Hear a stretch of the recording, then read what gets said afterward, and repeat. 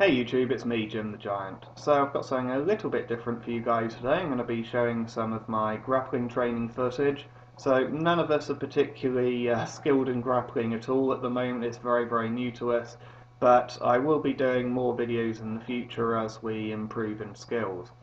Um, Now, I do have a bit of a judo background, but it hasn't really helped me that much because the system we're doing is so drastically different. So, for a start, you've got a sword in one hand, which means you're doing all of your grappling with one hand, and not only that, it's your weak hand. So it's a very, very different. It's a very, very different system. Also, the purpose for the grappling is quite different. So, in most other martial arts, your throws are going to be directly really quite damaging. When it comes to grappling in European martial arts, things are somewhat different. You're not going to be directly fucking them up with your grappling. You're going to be locking up their arm or putting them a bit off balance or throwing them a few paces in a particular direction so that you can then come in and finish them off with your sword. So not directly as damaging, but if you can pull off a grapple, chances are you're going to be winning the fight in the next half a second or so. So grappling is very, very useful still. The other thing is that under George Silver's system, unless the other person is particularly unskilled or slow, you're not going to be doing grappling directly. What he advocates is counter grapples. So if you're following Silver's system, you're going to be fighting from a distance where the other person has to step in order to attack because that's going to be slower and that gives you time to then react and counter. Exactly the same thing with grappling. So if they come in for a grapple themselves, if you're at the right distance, they have to step in order to do it, and that's slow, and that then gives you time to react and counter grapple. So with all that out of the way, let's get on and show you some of the footage. Okay. Right. No, it wasn't right. You still have your desired effect. Yeah.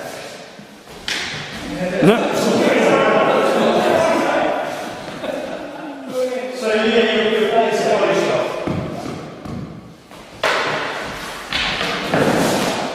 Go again. Did not look right. So that time you thought. You've just got there. Yeah. Coming under rather than going around. You went around the outside like that. And you wouldn't be doing to get the lock on, so coming underneath. Going like that. How about that?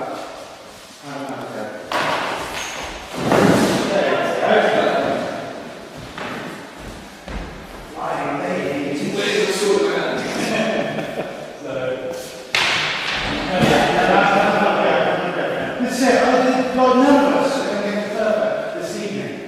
Okay, there's no pressure. If it all goes wrong, just reset.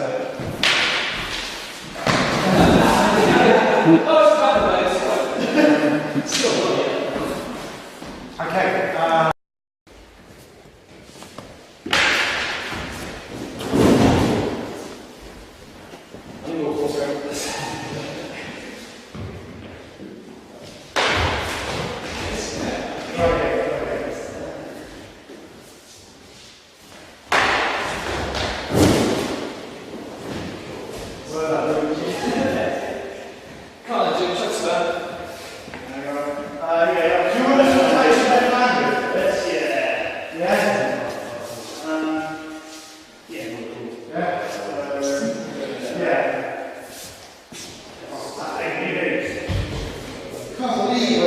I did this for about a year, and it still feels unnatural as hell.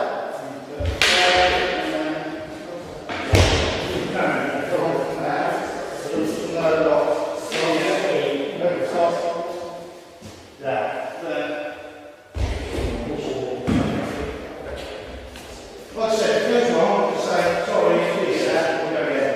Absolutely fine.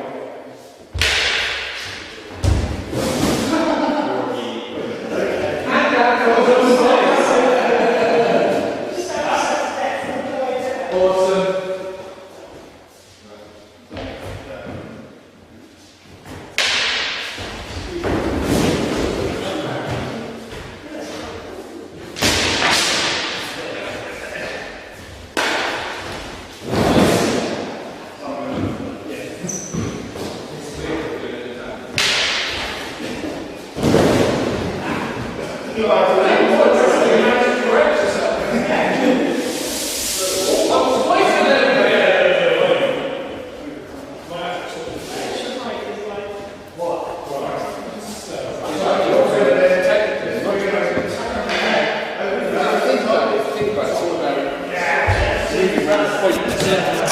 If you're actually lower than the person because our legs are coming in, you've got more of a circle to.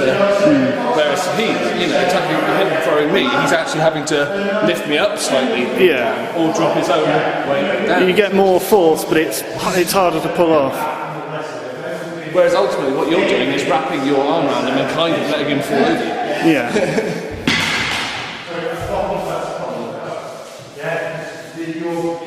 You're so excited. Is it exciting? I wonder if it would work right-handed versus left-handed. We've got to work out some way in grapples, I reckon, for... Yeah, I mean that first one in the past where you just have that's just a lock and hold that on the back of the neck. Yeah. It's just beautiful. You've got yourself a nice little meat shield. Yeah, you have to show me how to do that one. It's just I can probably work it out. out. Keep going, just pressing up to the back. That's all it is. It's also right there.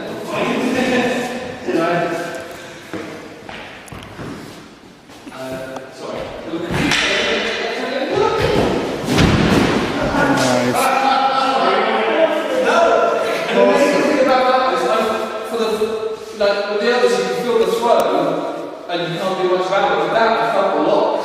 He's got your helmet, he managed to actually come, he sort of came over and probably wasn't that. Yeah, that's why I had to go, it was a case of going down and knew it was let down.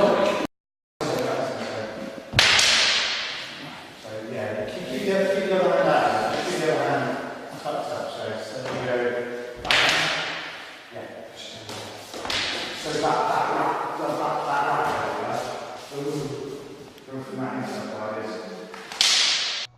So unfortunately that's all the grappling footage I managed to record yesterday, but there will be more up in the future. Also, some of you have probably noticed that I'm left-handed, which means that the standard techniques simply aren't going to work unless the other person's fighting left-handed as well. And that means I'm going to have to come up with my own adaptations, because I haven't really seen anything in the historical manuals talking about left-handed versus right-handed grappling techniques. So if I create anything any good, I'll definitely be sharing those with you guys, because there certainly are other people in the HEMA community who are left-handed and can hopefully benefit from them. That being said, I have come up with one of my own techniques so far, which my instructor seems pretty happy with. I'll show you that now. I pulled it off during sparring, so I'll show you that, and then I'll explain the technique and show it in slow motion. I don't have a willing training partner at the moment, so I'll use this to simulate my opponent's sword. So if they're in medium guard like this, you have your sword on this side of them, so crossed, so that it's quite difficult for the sword to go around like that. Now they think you're only going to be attacking from that side or thrusting, but what you do from here is you pull your sword up like that into the hanging guard as you're stepping through, so from there you're perfectly protected. They can't get your side, your head, your legs, anything. The only thing they could really do is pull their sword back and do that, which would be very difficult as you're charging them down. So then from that position, you reach your other arm underneath, grab their sword arm, pull through, and depending on the momentum you might, and their weight, etc., and their balance, you might be able to pull them past, or you simply might pull yourself past them.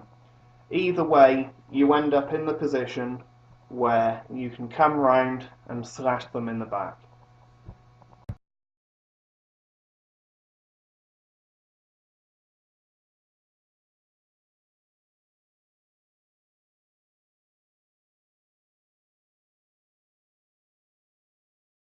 Thanks for watching, comment, rate, subscribe, and I'll see you guys soon. Bye.